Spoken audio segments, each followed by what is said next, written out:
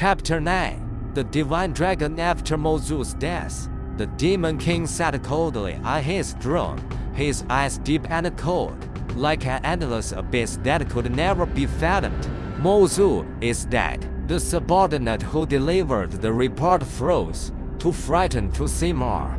A flash of coldness flickered in the Demon King's eyes, but he did not show the expected anger. That madman was bound to die by his own hand. He spoke slowly, his tone as indifferent as if he were discussing something trivial. He ate his own soldiers. Even I couldn't stand it. But that little trick with invisibility made me reluctant to deal with him. Standing up, his massive black cloak dragged across the steps of the throne. Since his death is clean enough, the Demon King walked to a black obsidian wall engraved with a map of another world. He gently touched a spot marked with the character West, the Dragon God Mountain. Only one gate remains. He closed his eyes, thought for a moment, and murmured softly, "However, it's time to apply a little more pressure on the resistance army." 3 minutes later, Lin Chuan stood on the tower of the fortress, gazing at the distant sky. The cold wind passed through the mountains, but it was no longer as piercing as it had been 3 months ago, not just because of the change in weather, but because of the shift in the situation. Since defeating Mozu and reclaiming the fortress, the resistance army had established a true stronghold here. Over the past 3 months, supporters from around the world had arrived, and the numbers of the resistance army had grown exponentially. Their weapons and equipment were gradually becoming complete, and most importantly, their morale has skyrocketed. The soldiers, once injured and ragged, now wore standardized armor. The camp, which had once been chaotic and nervous, was now well organized and disciplined. She was training the medical corps not far away, although her magic had been weakened due to the spell being drawn out.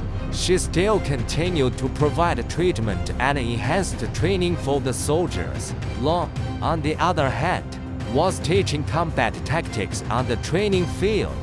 With his unorthodox and ruthless fighting style, he quickly trained a group of fierce squads. Lin Chuan himself was continuously improving the tactical understanding of the troops, teaching them to fight from the brink of death, to survive through their tactics. One night, Fan called Lin Chuan to a stone room that had been transformed into a war room. On the stone table was an old map, its pages yellowed and torn at the edges, as if they'd recorded a history forgotten by the world. "Do you know who the original guardians of this world were?" Fan asked. Lin Chuan shook his head. Fan raised his hand and tapped the westernmost point on the map, Dragon God Mountain, and whispered 2 words, "Guanhu." Lin Chuan was taken aback. "Guan and Hui." Fan nodded, his eyes growing complex. Dragon God Guan and his Dragon Knight Hui were once the strongest guardians of this world. Over 100 years ago, when the Demon King had not yet fully conquered the other world, he invaded for the first time, and Guan and Hui stood up. They were not part of an army, nor were they royal figures, just 1 knight and 1 dragon. But during that battle, they held off the Demon King's full-scale assault for 3 days and 3 nights, almost single-handedly. "Just the 2 of them?" Lin Chuan frowned. "Yes," Fan nodded. "At the time, the king, Shi's father, chose to observe rather than send out any soldiers in order to protect the capital." Lin Chuan tightened his brows. A cold, mocking smile curling at the corners of his mouth. "A cowardly dog," Fan continued. "In the 3 days and nights of bloody battle, Guan and Hui nearly defeated the Demon King. Back then, the Demon King was not as strong as he is now, and they possessed a secret sword named Flash, which was the only weapon in the world capable of inflicting a fatal blow to the Demon King." Lin Chuan nodded. "That sword was sealed beneath the Demon King's castle because they failed. Fan exhaled slowly. Yes, they couldn't hold on. Gwen fled the battlefield with the severely wounded Hui, and the Demon King, having been injured by Flash, had to temporarily retreat in order to prevent further injury. The Demon King personally sealed the sword and gave the keys to his most trusted 4 demon guards. Lin Chuan recalled the 3 pieces of the key fragments they had already collected, his expression turning serious. No, only one last piece of the key remains, and is in Guang's hands, Fan said. Lin Chuan raised an eyebrow. You think the dragon god Guan? But isn't he already corrupted by the Demon King? Fan interrupted him. The Demon King personally turned Guan into one of his strongest 4 demon guards. What about Hui? Lin Chuan asked her gently.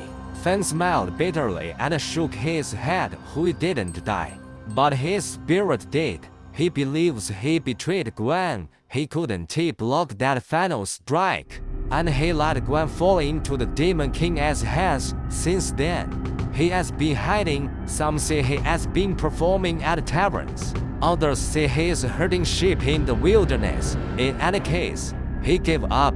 You want me to find him? Lin Chuan asked directly. Fan smiled faintly. You're smart. Reliable sources say someone recently saw Dunk Man in town carrying a 100-year-old Dragon Knight badge. Do you think it could be him? Lin Chuan's eyes sharpened. Let's go right now. Long walked in from the doorway. We heard everything. We're ready. She also appeared at the door, her face wearing a calm smile. If we can save the Dragon God, perhaps this world still has a chance. Fan spoke solemnly. Dragon God Mountain is on the western frontier. The magic energy is thin there, but that also makes it easier for the Demon King to target. Finding who is our most important task now. Lin Chuan adjusted his gear and looked at Fan. When last time we will find him, and we will save Guan. Fan looked at their retreating figures, muttering to himself, I believe in you. Because you are no longer just rebels, you are the last hope of this world.